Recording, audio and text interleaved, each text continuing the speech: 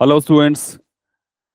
मेरा आज का वीडियो है फॉर क्लास 11 स्टूडेंट्स, जिसको मैं ओजी बैच बोलता हूँ, विच इज़ फॉर जेई 2027।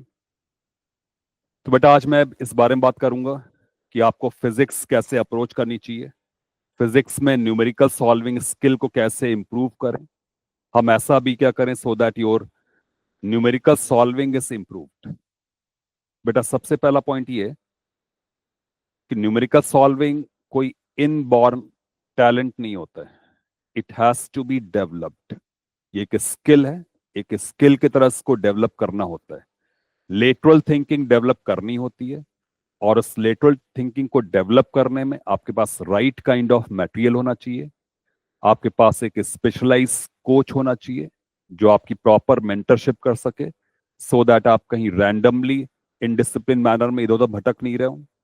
एक प्रॉपर कोच हो, प्रॉपर मटेरियल हो, प्रॉपर ग्रूमिंग हो, तो this skill can be developed. But एक बहुत फंडामेंटल बात यह है कि जब आप कोई सब्जेक्ट बिल्ड ऑन कर रहे होते हैं तो सबसे पहले आप न्यूमेरिकल से स्टार्ट नहीं करते हैं, हार्ड न्यूमेरिकल से स्टार्ट नहीं करते हैं। बहुत सारे बच्चों के अंदर क्रेविंग होती है to take on very hard numericals directly. तो जब आप हार्ड न्यूमेरिकल्स को डायरेक्टली टेक ऑन करना शुरू करते हो तो उस वक्त आपके अंदर ट्रायल एरर की अप्रोच एंटर करती जाती है, और उस वक्त आप मल्टीपल अटेम्प्ट्स के बाद क्वेश्चन सॉल्व करते हो। तो वो जो ट्रायल अटेम्प्ट आप कर रहे होते हो, वो ट्रायल एरर जो होता है वही इनफैक्ट एग्जामिनेशन हॉल में भी कंफ्यूजन का रीजन बनता है। तो इसलिए प्रोसेस ये नहीं कि आप सीधे हार्ड न्यूमेरिकल तरफ अटैक करो, ऐसा प्रोसेस नहीं है। बेटा एक बहुत फंडामेंटल प्रोसेस होती है। न्यूमेरिकल सॉल्विंग के वेरियस स्टेप होते हैं। सबसे पहली बात, आप न्यूमेरिकल को बहुत ध्यान से पढ़ें। दैट मीन्स आपकी रीडिंग स्किल, आपकी कॉम्प्रिहेंशन स्किल बहुत स्ट्रांग होनी चाहिए। दैट मीन्स वन टाइम में उस न्यूमेरिकल को आप समझ सकें। बहुत अच्छे से पढ़ने के बाद, कंसंट्रेशन से पढ़ने के बाद, आपको उस सिचुएशन का विजुअलाइजेशन होना चाहिए। दैट मीन्स बाय ड्राइंग और बाय इमेजिनेशन आपको एक कोशिश करनी है वो समझने की कि वहां पे सिचुएशन क्या बोल रहा है, सिचुएशन अवेयरनेस क्या है। तो most of times people people draw the things, वो सिचुएशन को ड्रॉ करते हैं, प्री वर्ड डायग्राम बनाते हैं, कुछ फंडामेंटल डायग्राम्स बनाते हैं, कुछ इमेजिन करने के लिए कुछ लिखते हैं, सो दैट एक कॉन्सेंट्रेशन से उसका विजुअलाइजेशन हो जाए। विजुअलाइजेशन होने के बाद प्रोसेस आती है कॉन्सेप्चुलाइजेशन की। फिर आप कॉन्सेप्चुलाइज करते हो कि भाई इसमें कौन से लॉज लग रहे हैं, कौन सी कंडीशंस लग रही हैं, व्हाट इज रिक्वायर्ड। तो कॉन्सेप्चुलाइज करने के बाद, लॉज की एप्लीकेशन करने के बाद, अब आपके पास कुछ मैथमेटिकल इक्वेशंस होते हैं, उसमें कुछ चीजों को एलिमिनेट करना होता है, कुछ चीजों को सॉल्व करना होता है, and then mathematics comes into action. आपकी मैथमेटिक्स अगर पावरफुल है तो उसको आप जल्दी कर लोगे। दैट मीन्स आपके पास मैथमेटिकल एप्टीट्यूड भी होना चाहिए। दैट मीन्स आप क्विकली क्विकली आपकी कैलकुलेशन हो सके, क्विकली आप चीजों को एलिमिनेट कर सकें, मैथमेटिकल इक्वेशंस को हैंडल कर सकें। ये बहुत बड़ा एस्पेक्ट है। कॉन्सेप्टुलाइज करें, आपको क्लिक करें भाई कौन से लॉज एप्लीकेबल हैं, कौन से लॉज एप्लीकेबल नहीं है, ये क्लिक करें। अब बेटा इसमें बहुत फंडामेंटल बात आई कि आपको क्लिक करें, लॉज कौन से एप्लीकेबल है, कौन से एप्लीकेबल नहीं, वो क्लिक करें। इसके लिए सबसे इंपॉर्टेंट है डेफिनीशन। आपको लॉस के डेफिनीशंस बहुत अच्छे से आना चाहिए। अगर आपके लॉस के डेफिनीशंस क्लियर नहीं है, आपको अगर ये क्लियर नहीं है कि उस लॉ का हर एक वर्ड क्या बोल रहा है, किस कंडीशन में अप्लीकेबल है, किस कंडीशन में अप्लीकेबल नहीं है, तो आपके लिए मुश्किल होगी। बहुत बार क्या होता है, लॉस के डिमॉन्स्ट्रेशन एक्सपेरिमेंट्स होते हैं, लोगों ने वो नहीं पढ़े होते हैं, तो लॉस की क्लैरिटी नहीं होती है। समटाइम्स जो लॉज होते हैं वो एक्सपेरिमेंटली बैकड अप होते हैं, बट उनका थ्रू मैथमेटिक्स डिमॉन्स्ट्रेशन किया सकता है। जब हम लॉस को प्रूफ तो नहीं करते, इनफैक्ट को डिमॉन्स्ट्रेट कर सकते हैं। तो उनके डिमॉन्स्ट्रेशंस को आपने ठीक से पढ़ा है कि नहीं पढ़ा है, एकदम लॉस की क्लैरिटी होनी चाहिए, कॉम्प्रेंशन स्किल स्ट्रांग होनी चाहिए, लॉस की क्लैरिटी होनी चाहिए। इसलिए आपके लिए आपके पास स्ट्रांग रीडिंग हैबिट होनी चाहिए। दैट मीन्स आपके पास एक फंडामेंटल बुक ऐसी होनी चाहिए जिसमें आप अच्छे से लॉस को सीख सकें, खुद पढ़ के समझ सकें। बहुत बार क्या होता है, students rely too much on that their mentors, their teachers. होता क्या है, टीचर बहुत सारे अपने एक्सपीरियंस के बाद आपको बहुत शॉर्टकट में कोई चीज बोल देता है, बहुत इजी लैंग्वेज में बोल देता है, बट उससे आपकी कॉम्पिटिशन स्किल इंप्रूव नहीं करती। तो टीचर तो रेलेवेंट है ही है, साथ में बुक्स भी रेलेवेंट है। तो ये तो बात हुई कि आपको कैसे स्टार्ट करना चाहिए, सवाल पड़ता है आप कैसे स्टार्ट करते हो। अब बेटा अगली बात ये है कि बहुत हाई फाई न्यूमेरिकल्स की तरफ पहले नहीं आते हैं, सबसे पहले बिल्डिंग ब्लॉक्स बनाते हैं। जब आप लेटर ऑन स्टेजेस पहुंचोगे न्यूमेरिकल सॉल्विंग की, तो आप ये रियलाइज करोगे कोई बड़ा वाला न्यूमेरिकल्स, कोई सा बहुत बड़ा सा न्यूमेरिकल, चाहे वो ओलंपियाड को, बहुत छोटे छोटे पार्ट से बना हुआ है। और वो छोटे छोटे पार्ट्स कुछ लॉज से गवर्न होते हैं, उन कुछ लॉज में अप्लीकेबल होते हैं। तो उन लॉज की अगर आपको क्लैरिटी है, और वो छोटे छोटे फंडामेंटल बिल्डिंग ब्लॉक्स को आप पहले कर चुके हो, तो नेचुरल सी बात है उनकी असेंबली से बड़ा न्यूमेरिकल आप आसानी से सॉल्व कर पाओगे। तो जो बड़े न्यूमेरिकल्स होते हैं उसको पार्ट्स में ब्रेक करना, डिकोड करना, उनको असेंबल करना, यही न्यूमेरिकल सॉल्विंग स्किल है। तो बहुत बार क्या होता है, बच्चों को ये क्लिक ही नहीं करता है कैसे अप्रोच करें, क्या कंडीशन है। तो just for sake of demonstration मैं से दो न्यूमेरिकल्स ले रहा हूँ, बहुत सिंपल, बहुत फंडामेंटल दो न्यूमेरिकल्स ले रहा हूँ, जो क्लास 11 के बच्चों को तुरंत समझ में आने चाहिए, जिसमें अपनी बात इलस्ट्रेट करूंगा कि किसी प्रॉब्लम की गलत रीडिंग से, गलत अंडरस्टैंडिंग से और गलत कॉन्सेप्चुलाइजेशन से प्रॉब्लम कैसे गलत हो सकता है। तो let me take examples, two examples, जिसमें कि मैं आपको ये इलस्ट्रेट करूंगा कि what numerical solving skill is all about. ठीक है, तो मैंने अपनी बुक मैकेनिक्स पार्ट 1 से ये क्वेश्चन लिया हुआ है, and I am very thankful to the readers, to the physics enthusiast, जिन्होंने मेरे इस मैकेनिक्स 1 को काफी काफी ज्यादा पेट्रोनेज दी। बहुत सारे ने उसको रिकमेंड किया, बहुत सारे टीचर्स ने उसको रिकमेंड किया। ठीक है, तो मैकेनिक्स पार्ट 1 का एक क्वेश्चन है, लेट मी स्टार्ट।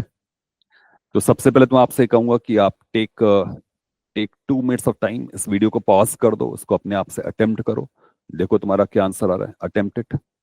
इसको पॉज करने के बाद इसको आप अटेम्प्ट करो, pause the video, attend for 2 minutes, then come back, then listen to me what I want to communicate to you.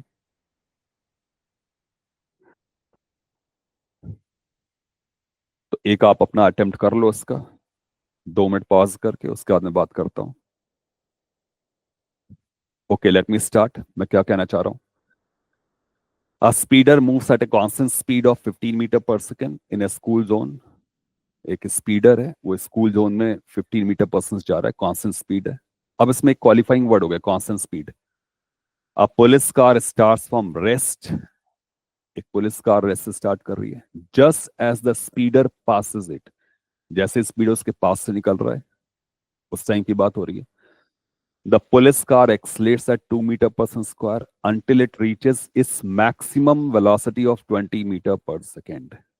Where and when does the speeder gets caught. मतलब ये situation simple सी ये कि आपने कहा भाई एक moment था जिसमें कि speeder S and a police car P both are at the same position. Speeder जा रहा था कांस्टेंट वेलोसिटी से with speed of 15 metre per second. Police car ने स्टार्ट किया रेस से u0, और उसके पास एक्सलेशन था that was 2 metre per square, और इसका जो मैक्सिमम परमिसिबल स्पीड है वो 20 मीटर पर सेकेंड है। ये उसको कैचअप कर रहा है। अब यहाँ पे बेटा बहुत सा बच्चों को क्लिक ही नहीं करता कि जो पुलिस कार है उसकी मैक्सिमम स्पीड बता दी गई है, उसका मैक्सिमम स्पीड गिवन है।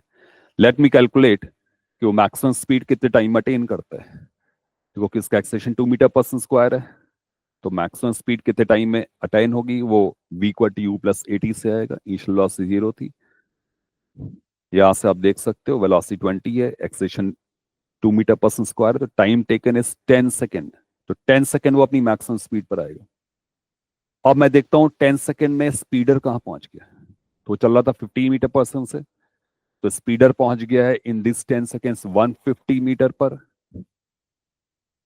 अब मैं देखता हूँ मोटरसाइकिलिस्ट कहाँ पर है 10 सेकेंड के बाद। तो जो मोटरसाइकिल था वो रेस से स्टार्ट कर रहा था, और रेस से स्टार्ट करते हुए 2 मीटर पर स्क्वायर के एक्सेशन से स्टार्ट करते हुए 10 सेकेंड में वो कहाँ पहुंचा। तो यहाँ पे मेरे को पता चला कि वो 100 मीटर पहुंचा। That means police car 100 metre पे पहुंची हुई है। दैट मीन्स जिस मोमेंट पर इसने अपनी मैक्सिमम स्पीड अटेन करी है उस मोमेंट पर ये 100 मीटर पर है, और स्टिल 50 मीटर का फासला है, 50 मीटर्स को और कवर करना है स्टिल। ठीक है, तो अभी अपनी मैक्सिमम स्पीड चलेगा 20 मीटर पर सेकंड से, वो चल रहा है 15 मीटर पर सेकंड से। तो आपके सामने एक कार है जो 15 मीटर पर सेकंड जा रहा है, उसके पीछे एक पुलिस कार है 20 मीटर पर सेकंड जा रही है। तो इसका मतलब कि 20 metre per second, 15 metre per second, इन दोनों की जो रिलेटिव वेलोसिटी जो 5 मीटर पर सेकंड की, उस 5 मीटर पर सेकंड से ट्रैवल करना है 50 मीटर्स। तो इसका मतलब 10 सेकंड और लगेंगे। तो 5 मीटर परसेंट की रिलेटिव वेलोसिटी से 50 मीटर्स टू बी कवर्ड, तो 50 metre divide by 5 metre percent relative velocity, 10 second और। तो 10 सेकेंड में तो ये अपनी मैक्सिमम स्पीड पहुंचा और अगले 10 सेकेंड में उसने उसको कैचअप किया। ओवरऑल फ्रॉम बिगिनिंग 20 सेकेंड्स को लग गए। तो अब बेटा क्या है, इसमें एक सिचुएशन दी गई, उसमें एक लेटरल थिंकिंग का पॉइंट ऑफ व्यू दिया हुआ है, और वो ये दिया हुआ है कि जो पुलिस कार है उसका मैक्सिमम स्पीड लिमिटेड है। बहुत सारे बच्चे इस बात को क्लिक ही नहीं कर पाते, वो सीधे क्या करते हैं, सीधे उसको एक्सलेट करा के उसको पकड़ा देते हैं, बीच का इंटरमीडिएट फेस ले ही नहीं पाते। इस बहुत सारे बच्चों के क्लिक ही नहीं करता कि पूरी पूरी प्रॉब्लम दो फेज में डिवाइडेड है। वो फेज जिसमें कि पुलिस कार एक्सलेट हो रही थी, और वो फेज जिसमें पुलिस कार कांस्टेंट वेलोसिटी जा रही थी। यही जो छोटी छोटी बातें होती हैं। अब इस क्वेश्चन में एक बच्चे ने एक फंडामेंटल लर्न कर लिया। अब आगे जब ऐसी कोई सिचुएशन आएगी तो बच्चे को पता है कि मेरे को पूरे प्रॉब्लम को सॉल्व करने के लिए स्टेजेस में जाना है, वो स्टेजेस में उसको डिवाइड कर पाएगा। तो ऐसे छोटे छोटे इनपुट्स मेंटर देता है, उसकी लेटरल थिंकिंग डेवलप करता है, और उससे फिर वो बड़े न्यूमेरिकल्स में कन्वर्ट होता है। Let me take another example. तो बेटे नेक्स्ट क्वेश्चन में क्या हो रहा है, both of these questions are from my mechanics book, और मैं बहुत आई फील एक्सट्रीमली प्राउड कि इस मैकेनिक्स बुक को इतने सारे लोगों ने सब प्रोत्साहन दिया, इसको इतने सारे लोगों ने पेट्रोनेज दी, इतने सारे लोगों ने लिया इसको। It's very powerfully written book. इसमें सब कुछ है, it has got everything from theory to exercises to high level numericals to olympiad level numericals, it has got everything, सब कुछ है इसमें। तो इसका एक एग्जांपल और ले रहा हूं मैं, एग्जांपल 76। तो just pause the video, attempt this question for 2 minutes, क्योंकि तभी आपको समझ में आएगा कि मैं क्या कहना चाह रहा हूं, आपने क्या गलती की वो तभी आपको समझ में आएगा। तो वीडियो को आप पॉज करो, 2 मिनट के लिए इसको आप करो, अटेम्प्ट करो, देन जब मैं आपको एक्सप्लेनेशन दूंगा उसको आप मैच करना। अगर आपका एक्सप्लेनेशन आपका सॉल्यूशन बेस से मैच करता है, आपका आंसर करेक्ट आ रहा है, तो you are extremely good. Otherwise आपकी फिजिक्स तो अच्छी है बट उससे जो लेटरल थिंकिंग चाहिए वो मिसिंग है। तो अटेम्प्ट इट फॉर 2 मिनट्स।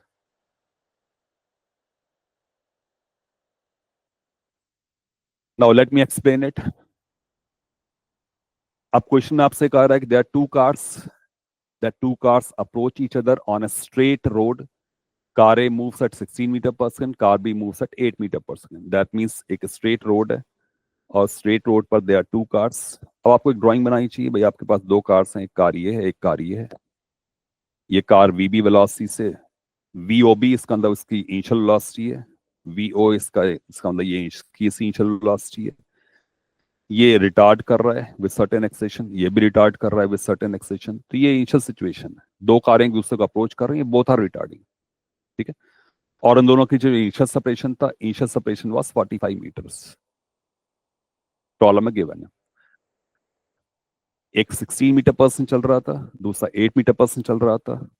एक का रिटार्डेशन 2 मीटर पर्सन स्क्वायर है, दूसरे का 4 मीटर पर्सन स्क्वायर है। क्वेश्चन पूछा गया where and when do they collide, किस जगह पे उनका कोलिजन होता है, कहां पर वो कोलाइड करने वाले हैं। तो बेटा एक सिंपल सी बात है, बहुत सारे बच्चे इस प्रॉब्लम को स्टार्ट करते हैं तो क्या करते हैं, वो कहते हैं कि इसने एक्स डिस्टेंस ट्रैवल करी, तो इसने 45 माइनस एक्स डिस्टेंस ट्रैवल करी।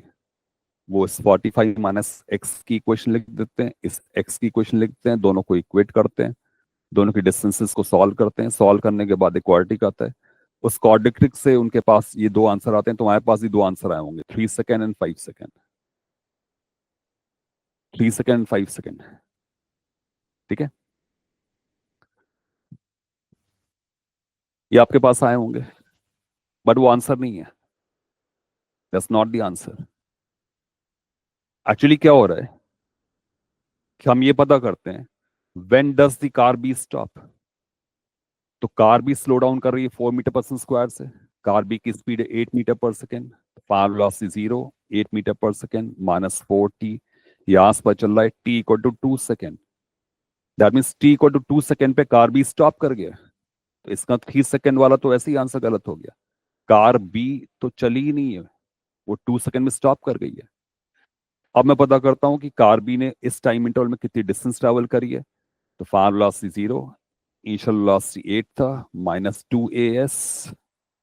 तो यहां से पता चल रहा है जो एस की वैल्यू हो 8 मीटर्स है। कार भी 8 मीटर ट्रेवल करने के बाद वो स्टॉप्ड है, वो इसी पोजीशन पे स्टॉप्ड है, इट्स नॉट मूविंग। इंडीड अगर कोलिजन होने वाला है तो वो इस पोजीशन पे कोलिजन होने वाला है, प्रोवाइडेड प्रोवाइडेड ये कार वहां पहुंच सके। तो मेरे को बेटा ये भी चेक करना पड़ेगा कि क्या कार ए उस डिस्टेंस तक पहुंच पा रही है। Let me check what is stopping distance for car A. तो कार ए की जो स्टॉपिंग डिस्टेंस है उसके लिए उसकी फाइनल लॉस 0, उसकी इनिशियल लॉस 16 है, -2, उसका एक्सेशन 2 है, इंटू एस। तो यहां से आपको पता चला कि जो एस डिस्टेंस है वो 64 मीटर है। तो कार ए की स्टॉपिंग डिस्टेंस 64 मीटर है, इसका मतलब ये हुआ कि वो कार बी के पोजीशन तक जा सकता है, क्योंकि कार बी 8 मीटर पे स्टॉप कर रही थी। तो इसका मतलब कि कार बी अगर 8 मीटर पे स्टॉप कर रही थी तो 37 मीटर पे यहां से वो था, टोटल डिस्टेंस 45 मीटर था, तो 37 मीटर पे था। कार ए का स्टॉपिंग डिस्टेंस 64 मीटर है, मतलब सीधा सा है कि वो वहां तक जा सकता है। इसमें अगर टक्कर होने वाली है और डेफिनेटली होने वाली है, तो मतलब सीधा सा है, टक्कर कहाँ होने वाली है, टक्कर एग्जैक्टली वहां होने वाली जहां पे कार भी रुकी हुई थी। तो अब बेटा इस प्रॉब्लम का यही ट्रिक था। हुआ क्या है कि एग्जामिनर ने एक सिचुएशन दी, उसने बहुत सारे बच्चों ने चेक ही नहीं किया कि कहीं ऐसा तो नहीं कार भी पहले स्टॉप हो जाए, कहीं ऐसा तो नहीं कि दोनों ही कार स्टॉप कर रहे हैं, कोलिजन हो ही नहीं, ऐसा भी हो सकता है। तो इस सिचुएशन में क्या हुआ, कार भी पहले ही स्टॉप हो गया 2 सेकेंड्स पर 1 मीटर की डिस्टेंस पर। इसका मतलब कार ए अगर उसको स्ट्राइक करने वाला है तो 37 मीटर पे स्ट्राइक करेगा। ठीक है, तो जिन बच्चों ने चेक नहीं किया उसका आंसर गलत आ गया।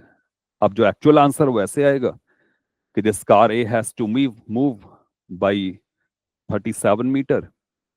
तो 37 metre is equal to car A की इनिशियल स्पीड थी,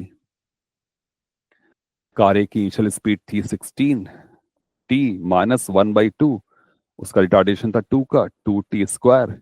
ये क्वाड्रेटिक, इसको आप सॉल्व करोगे you will get the root of T, positive root of T is your answer, 3 point something तुम्हारा आंसर आ जाएगा। ठीक है, तो बेटा इस एग्जाम्पल से मैं तुम्हें यही भी दिखाने की कोशिश करी, ये एग्जाम्पल से मैंने आपको यही बात दिखाई, मैंने आपको यही शो किया कि जब तक आपके अंदर लेटरल थिंकिंग नहीं होगी आप एग्जामिनर को बीट नहीं कर पाओगे। There is a chess game going on between you and examiner. जब तक आपके अंदर लेटरल थिंकिंग नहीं होगी आप उसको स्ट्राइक नहीं कर पाओगे। तो आपको साइडवेज लेटरल थिंकिंग बहुत इंपॉर्टेंट है, और वो लेटरल थिंकिंग आती है जब आप स्ट्रक्चर मैनर में पढ़ते हो। तो बेटा जो मेरा स्टडी मटेरियल है उसमें सबसे पहले मैं 3 लेयर्स की तो मैं एक्सरसाइज दूंगा, लेवल 1, लेवल 2, लेवल 3। उसको करने के बाद आप जे एडवांस के पार पहुंचोगे, फिर उसका एडवांस एक्सरसाइज स्टार्ट होंगी जो आपको और हायर लेवल पे ले जाएंगी। फिर साथ साथ मेरे हर चैप्टर के बाद यूनिट टेस्ट होते हैं, फिर एक क्यूमुलेटिव टेस्ट होता है, उस क्यूमुलेटिव टेस्ट में पूरा सिलेबस आता है।